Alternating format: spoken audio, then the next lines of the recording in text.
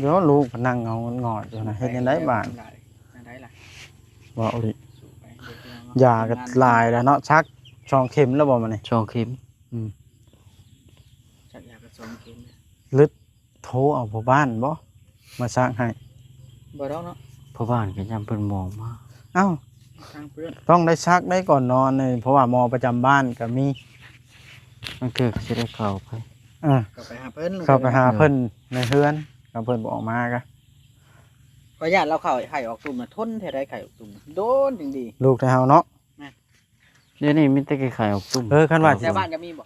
มีตัวนี้ก็ยังไข่ออกตุ่ม คันว่า เถียงนะบ่ โดย สิซักยาละให้เขาว่าแซนถ่ายคลิปแล้วเราขี่รถออกไปน้ำเพิ่นซักในเฮือนพ่อบ้านนี้เนาะ โดย เดี๋ยวกันถ้าเฮาสิพาออกไปบัดเขาว่าแซนบัดยังสิถ่ายคลิปอยู่ คำพร้อม อ่า แล้วเขาถ้าเบิ่งนี่แหละลังเทื่อก็มื้อเช้าพุ่นล่ะ โอ้ใจเย็นบ่ได้ได้บ่คำลาเอ้ยไข่นี่ต้องเอาให้ทันเด้เพราะว่าฤทธิ์ยานี่เบิดแล้วข่อยว่า บ่ได้ซื้ออันแนวติดหัวมานำบ่ ไปซื้อ โอ้ นี่เลย เวลาจะไปเบิ่งลูกแล้ว มาไว้มาไว้ ลูกแล้วไข่แห้ง มาพี่ เพิ่นกินบ่ได้ แห้มได้แห้มอีกเลยทักทายบ่ได้ยันปิดคอมเมนต์พี่น้องเอ้ย เป็นไดหนาวบ่ ตียากแล้วอยากนอนนะข่อยว่าแห้มมาเนาะ เห็นบ่กินยา อย่าลืมกดติดตามเพื่อเป็นกำลังใจให้ผมด้วยนะครับทุกคนขอบคุณมากๆครับพี่น้องเอ้ยเนาะเปิดภาพขึ้นกระยำแรงๆก็ยังบ่ได้กลับอยู่พี่น้องอายุทางที่ดินบ่าวคำหลาหรือว่าเฮือนบ่าวคำหลาเนาะก็เดินขอกราบทักทายสบายดีเด้อสบายดีพี่น้อง FC เบิดสู่คุสู่คนพี่น้องเอ้ยเอามื้อนี้ก็พี่น้องไอ้บ่าวคำหลาก็ได้ถึกเซิร์ฟให้หลายอันหลายอย่างพี่น้องเอ้ยบ่ว่าสิเป็นเตียงเข้าหรือว่าผ้ากระจาดเนาะ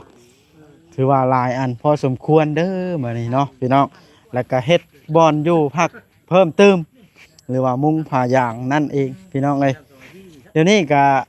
ทางทีมงานก็ยังบ่ได้กลับอยู่ยังพากันนั่งลงคลิปนั่งล้มกันเล่นอยู่พี่น้องเอ้ยเนาะทางเฮาก็สิได้เข้าไปทักทายหรือว่าสัมภาษณ์บ่าวคำหลาอีกคลิปหนึ่งก่อนจังสิกลับพี่น้องไอ้เพิ่นเฮ็ดหยังกินตอนแรงลูกเพิ่นเป็นอะไรดีไข่ละบ่หรือว่าจังใดพี่น้องเอ้ยสิเข้าไปถามไทยเบิ่งก่อนเพราะว่า FC เพิ่นก็เม่นกันเข้ามาหลายมื้อเช้านี่เนาะเรื่องลูกเต้าของเพิ่นหั่นล่ะบ่ค่อยสบายสาเหตุก็คือแข่งผลลายหั่นล่ะเนาะปะพี่น้องเอ้ยจังบ่เสียเวลาเว้าหลายมันยืดยาวนะพี่น้องเอ้ยเข้าไปทักทายเพิ่นก่อนแต่ว่าเฮาสิมาสัมภาษณ์ทีมงานก่อนจักเล็กจักน้อยก่อนสิเข้าไปหาบ่าวคำละพี่น้องเอ้ยไปเด้สพี่น้องทีมงานกำลังลงคลิปอยู่บ่รบกวนเพิ่นดีกว่าเนาะว่าสิบ่รบกวนต้องย่างไปทักทายเบิ่งก่อน โอ้สบายดีเด้อเบิดสุคนสบายดีบ่าวแสน สบายดีเนี่ยนะ ฮะ เนี่ยนะ มันยังได้สายไก่หัวนี่เป็นอะไร ฮะ มืออื่นนี่มีโครงการสิเฮ็ดอะไร โอกาสมือนะโอกาสมือมันไม่อย่าง แบบว่ามาพบหน้าพ่อตากันหลายคนนะเฮาคิดอยากกินชุ่มแช่จักเล็กจักหน่อยนะ แก๊สหนึง โฮมเงินกันชื่อมีแก๊สหนึ่งเลยเป็นอะไร กินบ่ได้เบิดเด้งค่ะ ต้มชวด กิน ชา น้ำใหม่บ่ได้บ่กินแต่มีนะ กินหยังฉันเนี่ยเบ้าแนวใหม่น่ะแม่นหยังฉันน่ะ แซ่บไปเนี่ย ฮะ ได้แซ่บ มื้อใดกินแต่มีว่าได้ ตามบังฮุ้งนั่นบ่ข่อยยังเก็บศพอยู่ ลาบสิ้นเลยนะ ลาบงัว เออ อยู่ เยอะ คิดนักอยู่ได้ลาบงัวมันแพงเด้น่ะ เดี๋ยวมื้อกันผู้ใดแซนได้ อันนั้นแหล้วจังหวัดคันมีบัดผู้ละชาวโอ้ลาบงัวผู้ละแสน โอ้แสนหนึงเว้าบ่แสนหนึงเว้าแสนที่แสนหนึงบ่จิตแสนหนึงโอ้ได้ล่ะรถซื้อไปเกือบเป็นล้านเลยเด้นี่ หลายคนน่ะ ค่อยบอกวันนี้ค่อยบอกบ่าเวียงน่ะ เอ้า ซื้ ไป อ ว่าได้ ค่อยบอกบ่าเวียงได้ว่าให้เล่าน่ะซื้อมาจัก4-5โลแล้วให้เล่ามาลาบขายลาบขายจุเฮาเป็นเปิดร้านเลยนะ เอามานั่นบ่ได้ ครัวก็แค่ได้เลยเนาะ ค่าคือกัน โอ้ เด้อย เป็นไร เจ้าย่องข่อยบ่ โยกกันย่องกันแล้ว บ่ เนาะ เห็นบ่น่ะ ฮะ บ่เห็น บ่แม่นเราสั่งเพิ่นเฮ็ด เจ้าข่อยกลัว บ่ ว่าเป็นผลงานของบ่แซนบ่เห็นบ่เอง อ้าว หักบ่ บ่จิตเราเป็น ไปฟังอยู่ว่าเบิ่งว่า เราเป็นหยังเฮ้ยเราคืออยู่ผู้เดียวเอ้ย เราถ่ายคลิป แม่นเราเหงาบ่ เรากำลังเฮ็ดงานเด้น่ะ เออ กำลังเฮ็ดเวียกเด้ เออเอาคันชั้นไปทักทายบ่าวคำลาก่อนเด้อ จะไปเฮ็ดเวียกกันบ่ แม่นสิไปเฮ็ดเวียกซะกันเด้อว่าชลีเด้อ สู้ๆเด้อ สู้คือกัน สู้เสมอไป สู้ว่าฝนตกก็ไป มันตกว่านี่เด็กข่อยเมื่อค่ำนึง เจ้าบ่เมื่อค่ำนั่นนะ โอ้ไปใส่อยู่ บ่าวคำลาเล่าเขาอยู่ว่าโอ้เจ้าก็อยู่คือเขาบ่าวแซนเด้อมานี่เราอ่ะเราอยู่จน8:00 นแรงผู้ใดเด้อ เราหนึ่งเขามาเพื่อได้หรอวะ สวดช่องทิพย์เลยบ่ แล้วว่าไอ้คำนั้นน่ะคำใครโบโยนี่เราจะเสียงหนังกล้วยกระท้อง เอาแล้ อ้าว ว ตีนะทับกันเด้อจังซี่ โอ้ที่แต่อย่างเมื่อนี่ เออ อีเมื่อซะนะอีเมื่อซะ อยู่กินข้าวน้ำเล่าก้อนเหรอวะ เออมันเข้าไปเพิ่นก่อนนะ ช่วยกันจะมาเชยนี่คุณ แล้วเขามานั่งว่าเขานั่งกล้วยจี้เลย เว้าหลายยืดยาวไปพุ่นก่อนพี่น้องเอ้ยทางบ่าวคำลาก่อนผู้ เอากันได้บ่เนี่ยข่อยเจ้า ฮะ เอากันว่ะ เฮ้ย เอามาโลดทางมันก็กว้างช่ำกันแหละกับทางเข้ามานะไม่กลัวกูท่านอีกดิ กว่าคอยโยห้างเป็นซอกแต่ละข้างนะ ได้มือเสียมา พี่น้องเอาปะ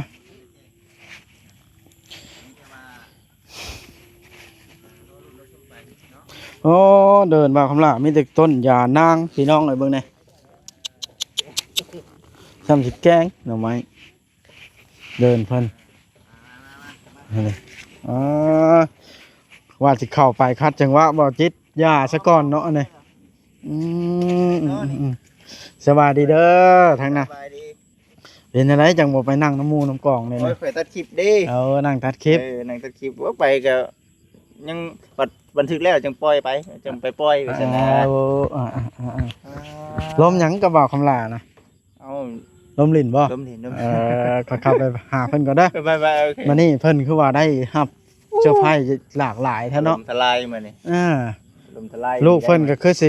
แข็งแรงแน่ลูกลิ้นลดแล้วเนาะเบิ่งเขาเบิ่งก่อนเด้อ เอาไปเบิ่ง โอ้หลาบแล้วเนาะโอ้ดีไข่แล้วบ่แม็กสบายดีแม็ก สบายดีมั้ยลูก เพิ่นยังบ่หันบ่ได้เพิ่นลิ้นลดจ้ะเห็นฮู้ว่าเพิ่นดีไข่แล้วก็ดีใจแล้วเนาะสบายดีเด้อได้หยังในกล่องนี่ โอ้กุ้งข้าวผัด โอ้กล่องข้าวผัดซื้อกินเว้นนี่น่ะบ่ โดย อย่างน้อยหนึ่งน้องแม็กมันกินอยู่บ่นี่ โดย กินบ่กิฮะเฮ้ยยอเบิ่งนี่อุ้ยเบิ่งสิบายเบิ่งนี่เบิ่งสิบายเบิ่งนี่ยังแหมอยู่บ่ก็ยังอุ่นอยู่ได้ล่ะ โดยยังอุ่นอยู่ ได้ยามากินอยู่บ่ล่ะ ได้ นั่นล่ะข่อยจะบ่ได้ซื้อคำว่าคือว่าเห็นไปห้องหมอแล้วแพทย์เพิ่นต้องวางให้ข่อยว่า โดย ขึ้นนะโอ้ยเสียดายแต่ข่อยฝนตกนะลืมมันกำทูบเทียนในเฮือนน่ะมาให้เจ้าเป็นชั้นมาให้จูดครอบบอกเพิ่นจับเจือเนาะเป็นไดบอกได้ทางแม่ ยัง ฮะ ยัง ยังเลย โดย โอ้ต้องข่อยกายออกไปนี่ข่อยสิบอกเพิ่มเติมเด้อ โดย ข่อยสิบอกทางแม่เสิร์ชนะ โดย กินได้เมื่อกี้ข้าวนะ กินเบิดตะกี้ยังบ่หลายมั้ย มีอยู่ใต้พื้นบ่อนะช่องหามัน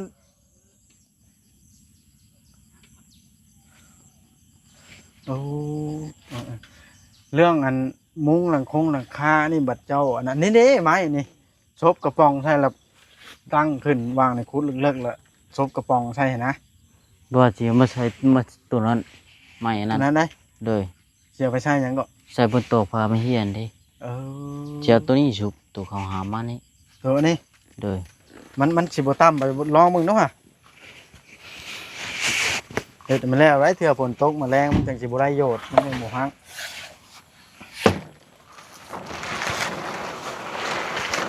อันนี้หาน้ำตามออกละอันนี้ได้แล้วเนาะ โดย มันบกค้างน้ำ เราต้องใช้กระป๋องกันไหนหรือว่าขวดก็ได้ บ่ใช่ก็ได้มันเพียงเลย โอ้ยฮะ ให้เบ้าคำลายกเข้าเขาไว้เลยเนาะ อ่า ได้ทำได้บ่หรือ จักสิไว้ บ่ ใจ ได้ ได้ ได้ บ่ บ่ใส่มันสิช็อต หาพระเจ้าได้ บ่ลบ บรู ตัดตีเจาะเดังเสียบ เบิ่งเอาลงมาก่อน สบายดีเบ้าคำลา สบายดี เจ้าหามก็บ่บอสบ่เข้า จักสิใช้ใจได้บ่ มันสิฮักเนาะ แบบมันฮักนะ บ่ฮักเสียง บ่ ใส่แจน อ่อนได้อ่อนได้บ่ทีมไปเข้าว่านนี่ก็ยังอ่อนอยู่ อันนี้เบิ่ง แม้ตัวนี้มันหนา ทำกันแล้ว บ่ให้สำคัญทีมเข้า เดียวกันเนาะบ่บ่ อ่านี่ขุดก่อนค่อยว่า ไม้อันนี้มันวาง บ้านนี่ใส่ ไม้อันนี้ ใช่ครับ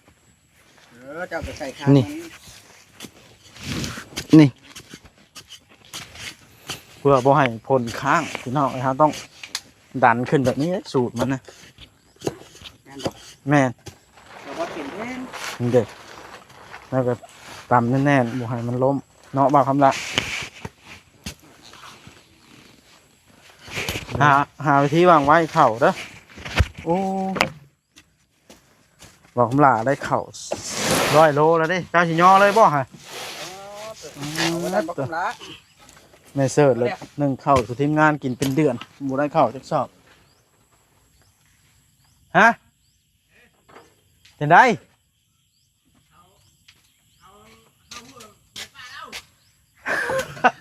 นี่ได้โอ้ยังสิแบกขึ้นชงอยู่ป่ะโอ้ ใส่ก่อนใส่ก่ ใส่ อน ลูก แล้วยัง เดี๋ยวสิบอก ให้คำละตัดแทน ให้กำลังทัดแทน เอาเร็วจะไว้แบบไหนน่ะ ไว้มานี่แล้วก่อน ได้ละ ไว้นี่ มันสิบ่ฮักออกมาแจเดียวกัน ซ้ำชิอยูบ้านพี่น้องเอ้ยทีมงานมานั่งกินข้าวกินน้ำก็ได้นั่งเตียงบักใหญ่ บ่ได้ล่ะ มัน กองเลย มันเข้าบ่ ฮะเป็นยัง เตียงเกือบฮักเดี๋ยวว่าเอ้ย เตียงมันสิฮักมัน มันนักเข่าบ่ โดย เข้าชาน100 โลเฮ้ย ก็นักแล้วเนาะ โดย บ่ย่านเจ้าไปป้าใช่ร้อยต่อของเตียงนะมันจังนั้นร้อยต่อของเตียงมันสิมีคานสองคาน ของเตียงมันเบิด ขาบ่นอนบ่ ครับมันฮัก อืมเกือบหักบ่แค่นี้ได้อยู่ แจไปแจมา ย่านแต่มดงามมาแล้วเนาะขึ้นไปเอาข้าวสาร ดีสิกำลังนี่นั่งนี่ก็ได้นะนั่งรถนั่งนะโอเคไอ้ ได้ถึกเซอร์ไพรส์3 ชั้นบ่มานี่ สามชั้นเลยเจ้าไปเชื้อร์ไผ่แล้วบ่เชื้อร์ไผ่แล้วบ่ชิดอีกบ่แทนจะค่อยบ่เชื้อร์ไผ่แล้วนี่นี่เจ้าบ่คูดโพนนะบ่ยอมดูเฉยๆเนาะเจ้าเนาะนั่นเป็นชีวิตประจำวันเจ้าเนาะเสื้อผ้าเนี่ยเสื้อตากไว้ดูยูไปว่าเจ้าน่ะสูยูสูชีวิตดูโอ้เพิ่นวางยามาให้บ่ใช้แล้วเบิ่งนู้นเนาะ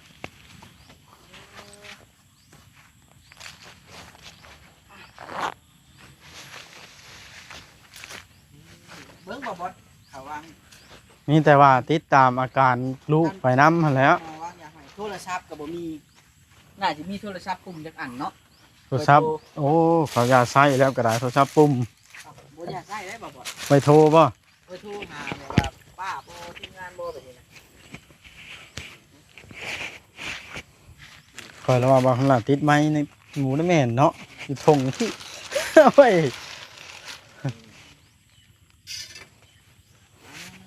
ตัวนี้อยู่ที่นะ ยกบ่จับไปติดให้เนาะติดอยู่ทงให้ อืม ดีๆพี่น้องนี่ก็คือที่อยู่ของทำหลักเนาะไม่สูบไปมันครบบ่ นี่ว่ายาเพิ่นวางให้โอ้หลายแท้นี่ นี่หนึง จะเอาเงินมาใช้ไป เงินนั่นล่ะ เงินน้ำแม่ป้าบ่ เงินตัวเขามอบให้เอาน้ำแม่ เอา เจ้าเอิ้นแม่เลยบ่อันผู้มีพระคุณเจ้า โดย แม่เสิร์ชเนาะ ดีโอ้จะข่อยว่าจะไปแว่เล่นน้ำลายอยู่ มีอย่างละหนึง บอกว่าก่อนสิออกไปบอกลาวให้เฮ็ดแนวนี้ให้จุดธูปครอบบอกเพิ่นจับเจือว่า เออ คน แล้ว น้อย เพื่อมัน มีเจ้าที่เจ้าทานตูนบ่ แมนต้องออกไปบอกให้ผู้หลักผู้ใหญ่เพิ่นนั้นแล้วเนาะว่าคำละ บ่ถือไง ฮะตุกเพียเอ้ยต้องไผเอิ้น ก็เจ้าไปเลย เจ้านะ ก็เจ้าไปเลย พี่บ่ โดย โอ้ต้องให้เจ้าของที่ดินพี่ โดย บ่ไผก็เอิ้นบัดกูคนแล้วล่ะ มาแมลงขอยก็เอิ้นอยู่พี่อีก เอิ้นเพิ่มเติมเนาะ เออยังไง เอิ้นบอกเจ้าที่เจ้าทาง อาจสิเกี่ยวได้มานอนเนาะน้องล่ะบ่แน่ได้ทางตาบ่เห็นนี่บ่ให้ลบหลู่ได้ถึงบ่เชื่อกันเนาะเจ้าบ่เคยบ่ไม่เคยคือกัน เอิ้นบอกคือกันบ่ บ่เคยแต่สิไปเฮ็ดอยู่ อืม จะบ่ไหลติคน ลูกเจ้านี่นั่นเนาะบ่สบายเนาะ โดย ย่านเราไข่กลางคืนข่อย กินยาเด้ออ้อยให้กินยาน้ำนี่บ่อ้วก จัก ดอก สิจักเห็นได้ละเบิ่งได้ละคนแบบก็มื้อแลเขามื้อแลงขายอีกมื้อเช้าก็เอาหมกอีกไปจิบอีก อ่า เขามันบ่กินนะ เดี๋ยวมันแหมอีกแล้วได้นางเงาอีกแล้วหั่นน่ะ ลูกไข่พี่น้องเอ้ยอยู่ตามลำพังใครแน่แต่มีกันเที่ยงหลังนี้เพิ่นนอนเนาะ โดยเขาแบบนั้นก็บ่กินมื้อเช้าก็ไปอีก ต้องไปเรื่อยๆพี่น้องเนาะเบิ่งกันอะไรเจ้าดึงเข่าหรือบ่ นังหากมาวังหนึงจะนอนจักทีหนึง บ่เผานึง โดย ฝนตกบ่ได้เปียกบ่ บ่เปียก บ่เปียกแล้วบัดนี้ โดย โอ้มันกว้างได้บาดนี่เนาะพอ โดย กว้างเฮามุงออกไปหลายไปซะซ้ำสินั่งซ้ำสิอยู่บาดน่ะ บัดนี้กำลาเอ้ยโอ้ได้ผ่ากระจาดใหม่พี่น้องเนาะทางบ่อแสนกับบ่อติดบ่อชลีเพิ่นซื้อมา อ่าข่อยให้ชื่อตี้หยัง แม่ผ่ากระจาดใหม่เพิ่นซื้อมานั่นบ่ขัง เนาะ ครัวบ่ โดย ยิ้มดีกว่าหรืออุกใจลูกไข่บ่ได้ไหนยิ้มบ่ออกแล้วพี่น้องเอาจักสิยิ้มแบบใดเนาะ โดย ลูกบ่สำบายคือว่าแล้วไผก็ได้ มันแบบบ่สบายใจเนาะ โดย อืมอืม ยิ้มแบบคือมันบ่ม่วน บ่ม่วนในใจเลยบ่ โดย คือบ่คักบ่แน่นะเนาะ โดย ลูกไข่แล้วบ่ม่วนแล้วบ่ดีขนาด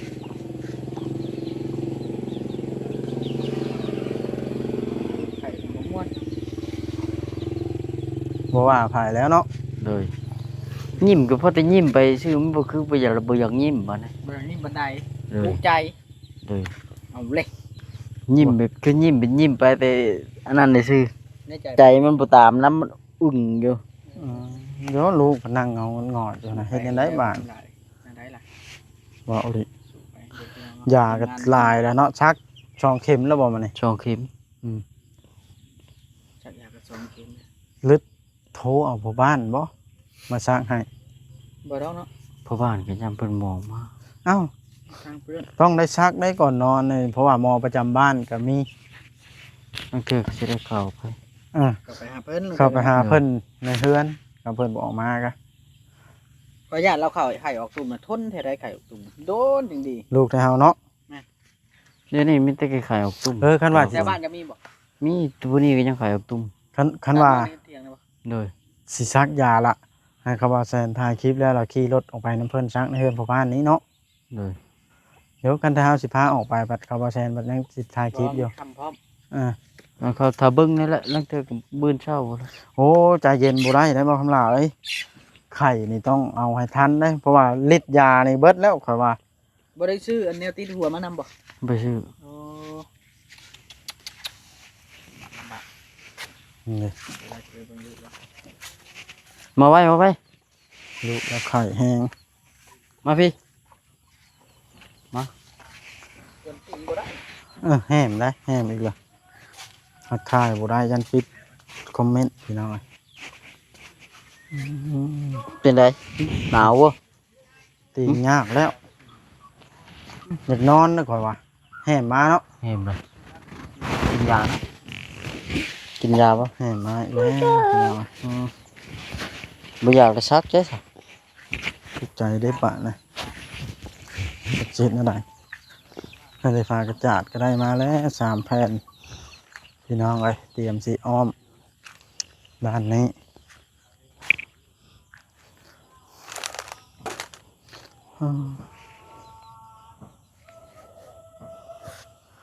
โอ้ทานก็ได้สอบหนึ่งพี่น้องเอ้ยแล้วเต๋า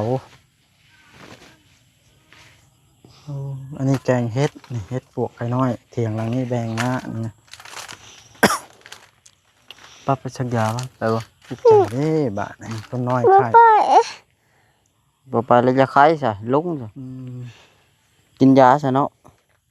กินยาเด้อกี้เด้อคันยานเข็มนะ ซักกับกินยามึงสิเอาหยังหึเอาหยังกินยาบ่บ่อยากเบิด บ่อยากก็กินแล้วเนาะ จันกูพามือซักอีกเด้ เขาบ่กินได้ซักได้กี้เอ้ย